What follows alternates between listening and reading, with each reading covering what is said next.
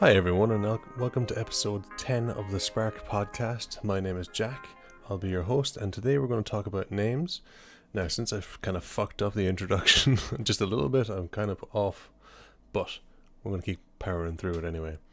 Names are something that have always kind of fascinated me, because I've always had a very common name like Jack. It doesn't really get more common than that. Maybe John is a bit more common than that, but that's Jack is a derivative of John, so I feel like I'm one of the Johns. But I think names are important. They're what we use to refer to one another and interact with other humans. It's the automatic question you ask when you meet someone new. What's their name? It's the first piece of personal info you learn about another person. It's one of the more fundamental elements of human interaction. Your name precedes you in life and follows you in death. People will remember you by your name. Names humanize and differentiate us, and they deserve more credit than they get. It is one thing in your life that you cannot lose. We use our names as our signature to make deals and fill out forms and finish documents. If you wrote anything but your own name, which is given to you arbitrarily in place of a signature, it doesn't count. Unless you've legally changed your name, obviously. But that's then your name. So names have a lot of importance in day-to-day life. There are meanings behind names. Jack means man, because it's a derivative of John, and John means man. But Jack also means a device to lift a car.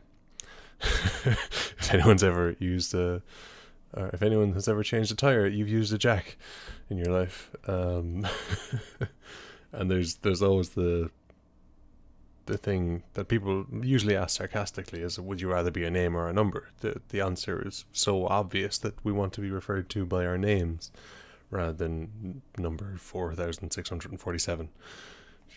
I'd prefer to be called Jack. It's a lot easier to remember a name than it is to remember a number. It's in certain circumstances, but nobody wants to be just a number. Names are quite powerful, I believe. Like, if I'm very bad at hearing. My hearing is terrible. I blame listening to music at top volume for years when I was a teenager, and I've fucked up my ears for the rest of my life now. But if I'm ever like passing conversation and I don't hear any of it, but if someone says the word Jack, it's like a switch in my brain goes, and I know, I'm like, what? Are you talking about me? Or, things like that. It also gets confusing because, like, you can have headphone jacks or like car jacks that I said earlier. Jack means a lot of things. There was a book that I read, a series of books actually, written by an Irish author named Derek Landy. They're kind of young adult books. They're called, the series is called Skullduggery Pleasant. It's a magic thing. Basically, there's a skeleton who can control the elements, and he teaches a little girl to control her. It's kind of like a very loose Harry Potter thing, but a bit more scary. I think a little bit, I wouldn't say better, but different. Hard to compare. But in it, there's a kind of a theme throughout it that your name has power. And the main character, Stephanie, has to change her name because she's entered this magic world, and if they knew the name that was given to her, they would be able to control her in some sort of a way. So she changed her name to Valkyrie. It's a bit of an aside thing, but I thought it was interesting. There's also a third name that she has that is unique to every person. If you learn that name of someone, you get to control their entire life or something like that. I don't know. I can't remember. I read it like 15 years ago. But the thing that prompted this is I was at a christening over the weekend, and I don't think it's weird, but I think it's a very human thing that we want to get together and celebrate, and the naming of a child. And it got me thinking that maybe there's like different ways they do it all around the world, and there's a lot of different ways that they do it. And there's a lot of different traditions around the actual names that are given. In India, for example, one common system uses the family name. This means that the first male child is named after the paternal grandfather, and the second male child is named after the maternal grandfather, and so on. And the girls being named after their paternal and maternal grandmothers. In addition to this, in southern India, a father's name is used as the surname, which causes a lot of confusion. In northern parts of India, every star. I thought this was really cool. In northern parts of India, every star is associated with a letter of the alphabet, and a child's name begins with the letter that corresponds with the constellation he or she is born under. In the south, in some places in the south, the child is actually named after the constellation itself, or a variation of the name. This is how the author of the article I was reading about this got her name. She's named after the star Anuradha, which is the constellation Scorpio. I may have completely butchered that name. I don't know Indian at all, but it's a different thing, and there are different ways of naming people all over the world. In Costa Rica, for example, in the past it was very common for Costa Rican children to receive 3 or 4 names.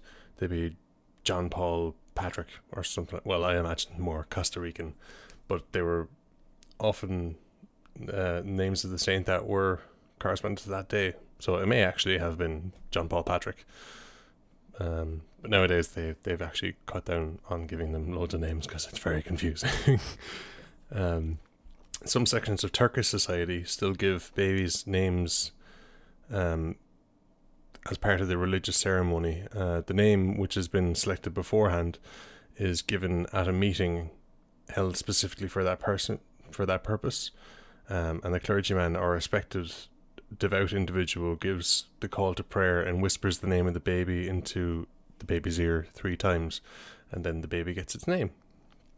In Indonesia, the naming system is pretty straightforward. There's only birth order is the determinant of the name given. There are 4 options for your firstborn. I'm going to murder these. They're bad. They're maybe like not what I pronounce at all, but what it looks like is Wayan, Putu, Geed, or Nenga. That's the 4 names you can have for your firstborn. These are all, I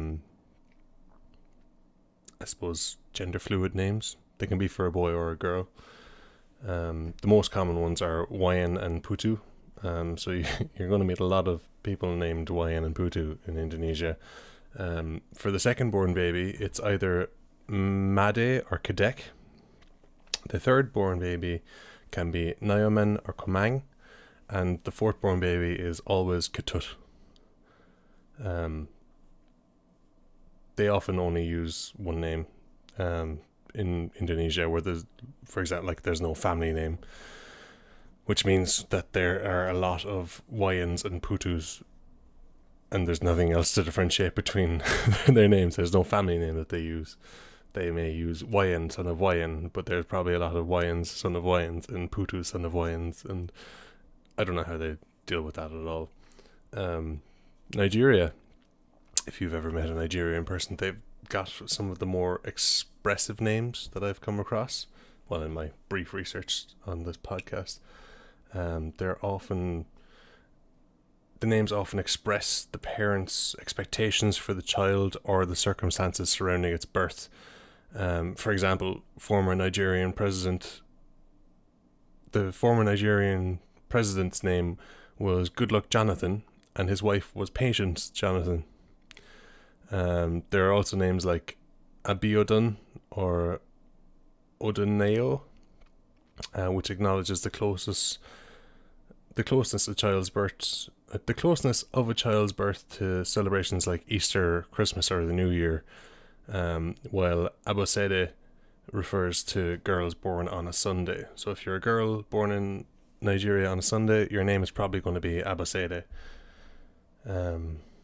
But there are also different ceremonies around the world around these names that are very individual to certain areas of the world. Like there wouldn't be a lot of Seans outside of Ireland.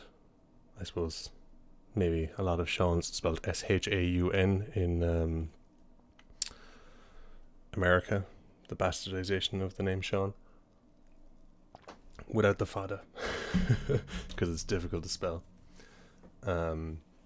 Some naming ceremonies around the world, I have them in alphabetical order here because I was pretty organized on this podcast. There's a lot to get through, and I think I'm flying through it. So, the Wik-Munkan tribe in northeastern Australia carries out the naming ritual during the actual birth of the baby.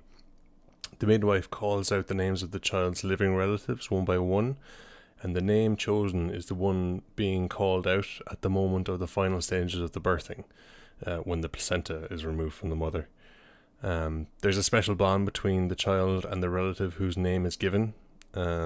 Soon after, a ritual is held to protect the baby's health, where special leaves are burnt by the mother and grandmother, with the child being held near the purifying smoke. I don't know what's very purifying about smoke, but a lot of these a lot of these traditions are strange, and I don't know if they make sense to hold a baby over smoke.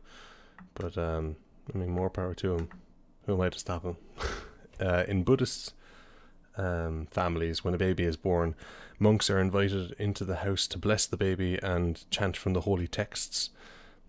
Based on the exact time and date of the birth, an astrologer will draw a horoscope and inform the parents about the initial that the name should begin with.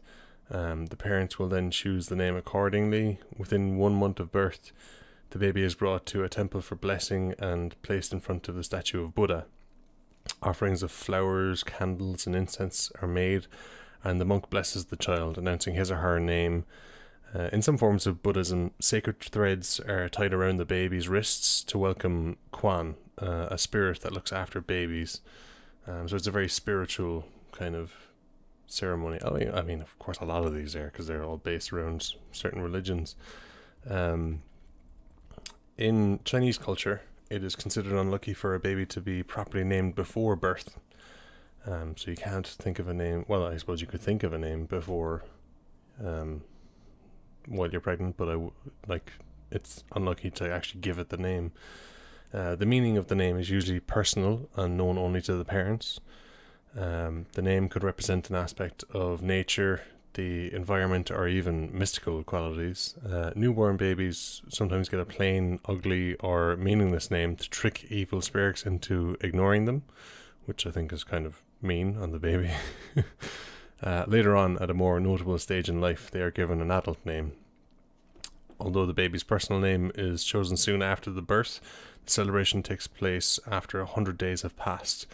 The 100 days party is to celebrate the baby's survival of the crucial first 3 months, and guests are served with special foods and tea. All Chinese children, of one generation share the same middle name, and there is a cycle of 24 generation names. It can take several hundred years to go through the cycle. When the baby is a year old, another custom is carried out. The baby is offered a tray of objects relating to different professions, such as a paintbrush, a farm tool, medicine, money, blah blah blah. It is believed that whatever the child grasps will be his or her future profession, which I think is kind of nice. Just offer him a couple of things and hope he picks up the one you like. In Christian societies, which is the one that I have grown up around and all my traditions are based on, usually the baby is named and blessed after a few weeks or months following the birth. The traditions vary with each branch of the church. Some have a baptism or christening, while others have a service of blessing and thanksgiving. There may also be a baptism as part of a confirmation service when they are older. For a christening, the family gathers in the morning at a church and the baby is dressed in a white christening gown. It's often passed from one generation to the next. I know families who have had them for decades and they're like old, they're really well taken care of. You think they'd be old and tattered, but these are just things that are passed from baby to baby as families go through life and time. it's good to see him. It's nice to see him every now and again. It's a nice tradition. I like it. The parents have to choose the godparents, who will help the child to live as a Christian and will act as guardians in the absence of the parents. The priest asks the parents to give the Christian name they have chosen for the child. The priest then says a prayer of blessing over the water in the font and then pours some of the water on the baby's head, making the sign of the cross. This symbolizes purification and a fresh start of life. Then the priest calls the baby by name and welcomes him or her to the Christian church and the community. A record of the christening or baptism is recorded in the church's register, which is traditionally how births were documented before official records began, like birth certs and all that. So the church had all the names. There's usually a celebration at home or in a hired venue where gifts are given to the baby.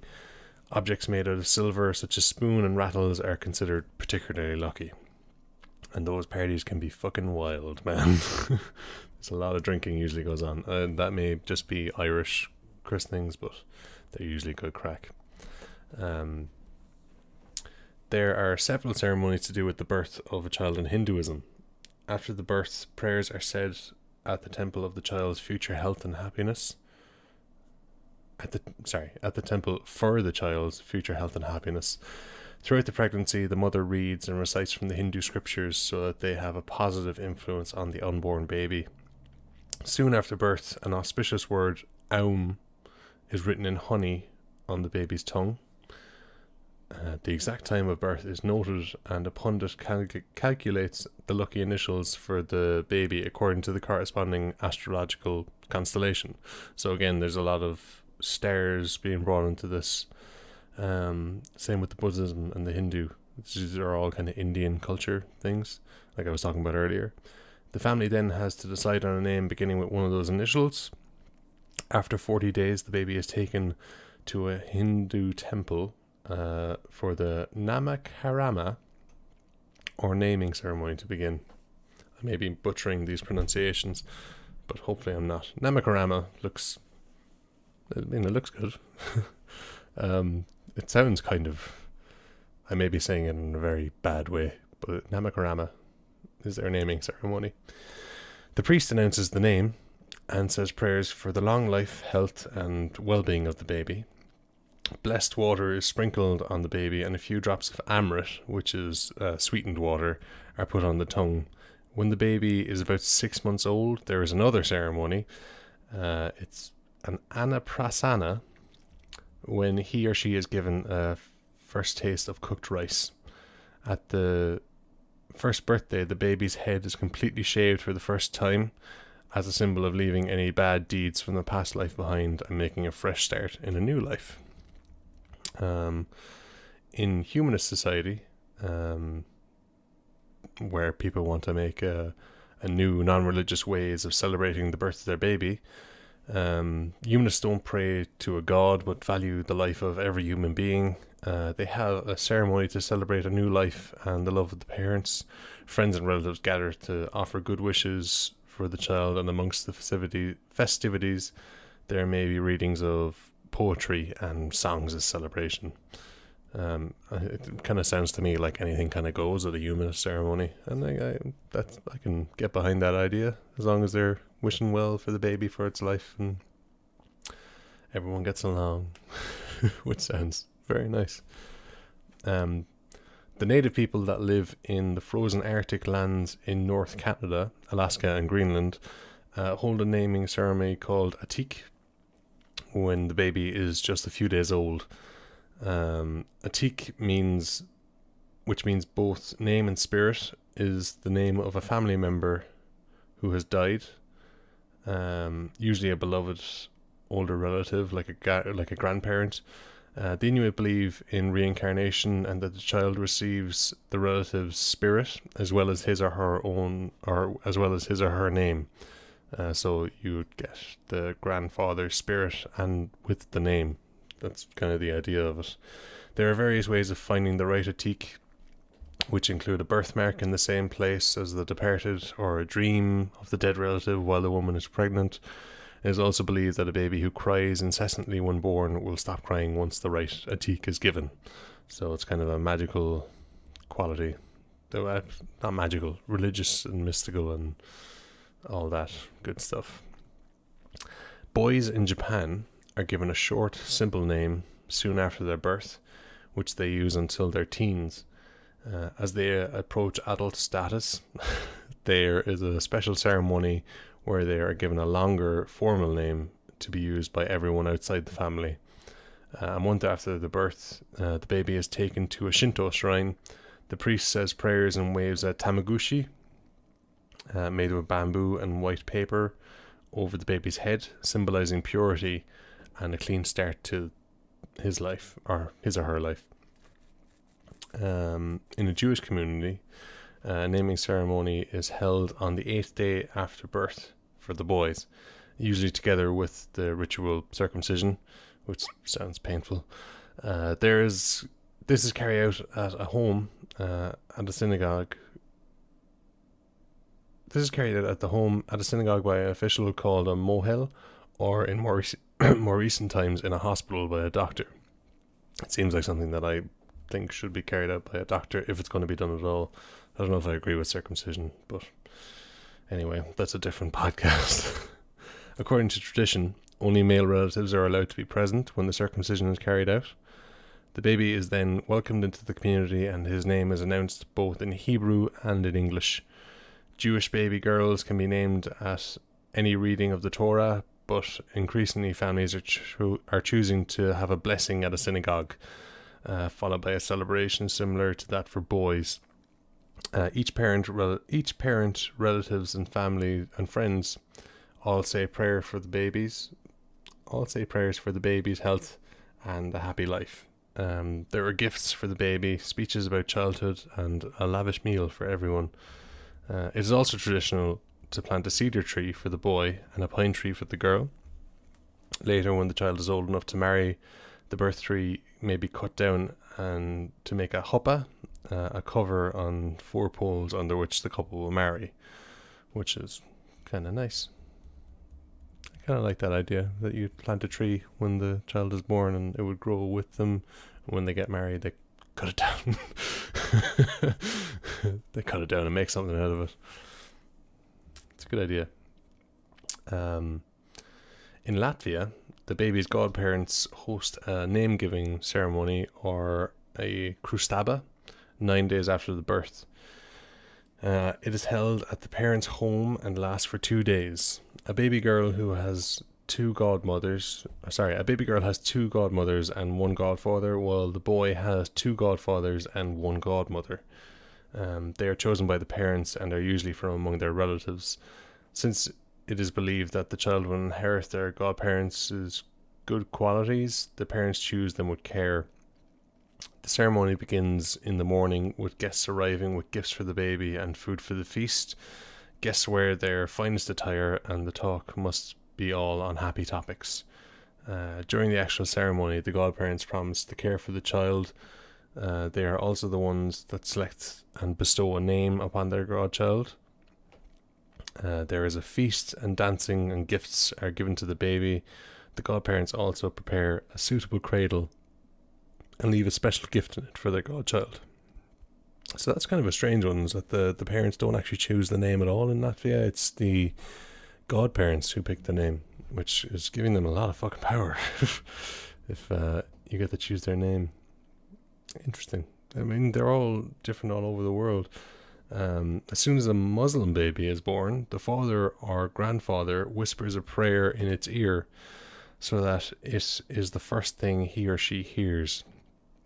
A child must be given a name within 7 days, and the parents may take suggestions from grandparents, other relatives, or from the imam, which is the priest. The names are usually chosen from the Holy Quran. Within 7 days, a ceremony called Akika is held in order to thank Allah or God. During the celebration, prayers are said and the baby's head is shaved. The hair is weighed, and the family must then give at least the same weight in gold to charity. The baby is given a taste of honey as a symbol of the sweetness of prayer. There is a feast for friends and relatives, with 1 or 2 goats being killed and 1/3 of the meat distributed to the poor as a way of thanks.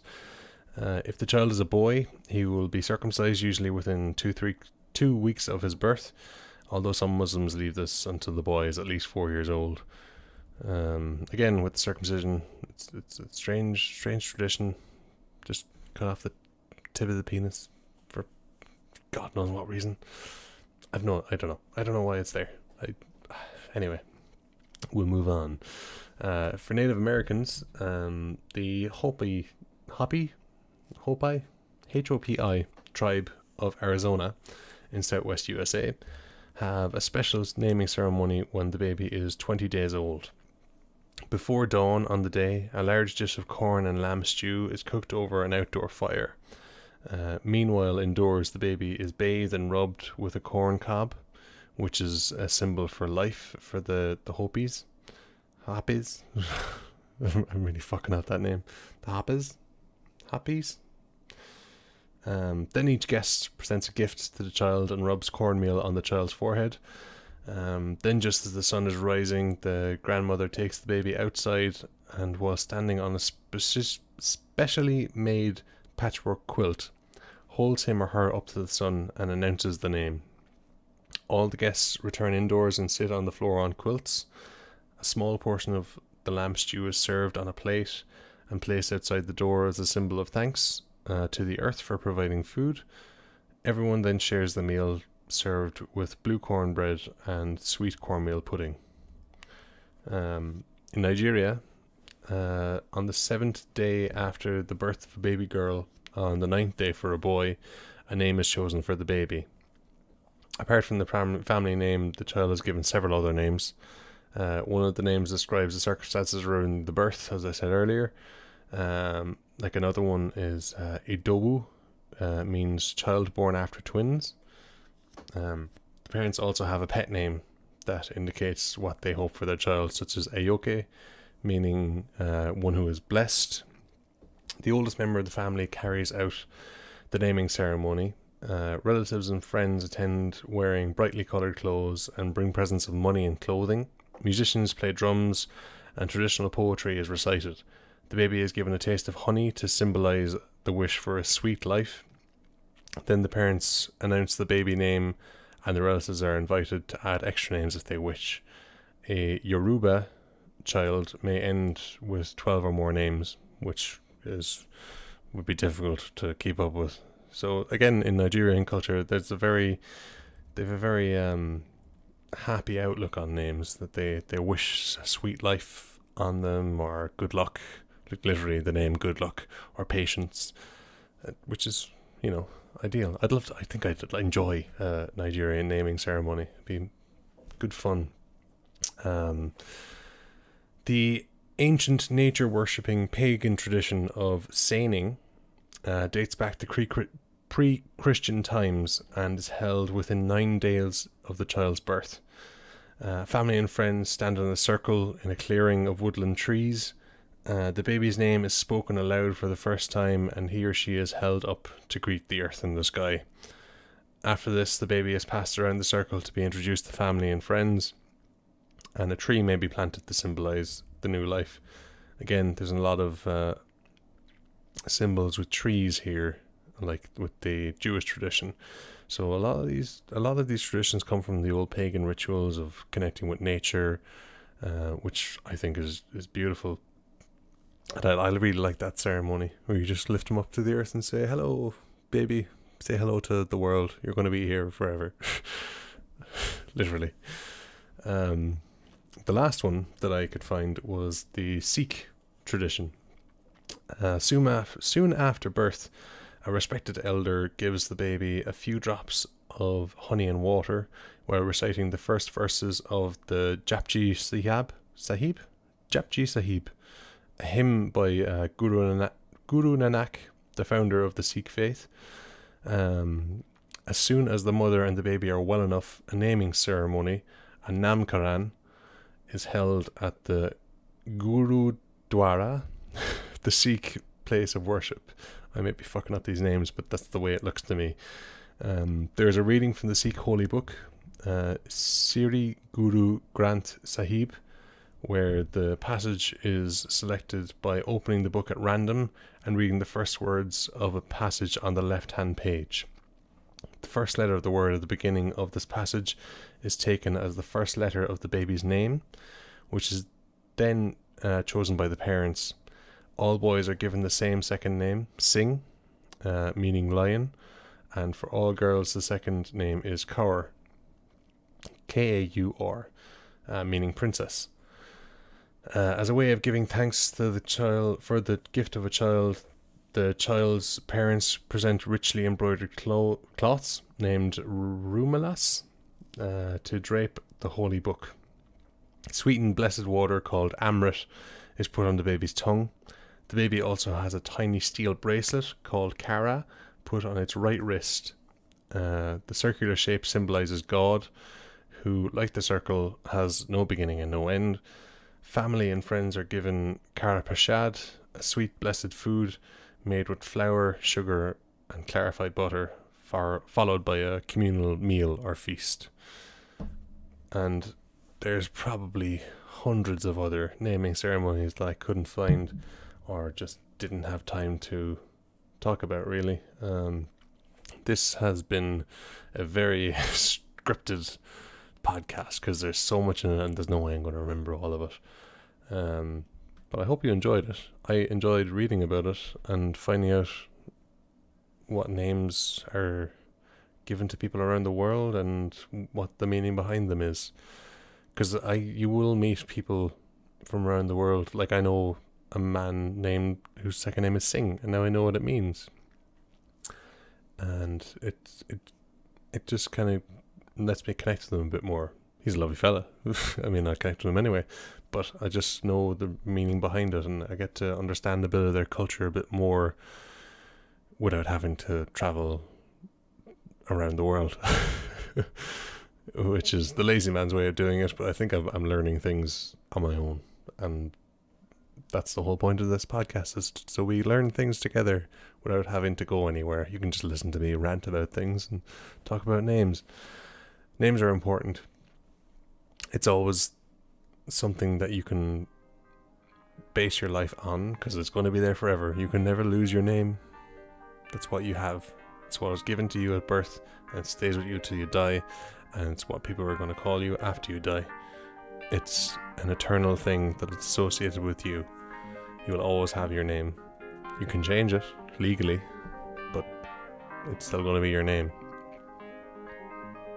And I think that's rather beautiful in a way. But anyway, I'm ranting. I'm going on a bit too long now. We've gone past the half-hour mark, but so for that, I want to say thank you for listening, and I will see you in the next one. I hope you enjoyed it. Bye-bye.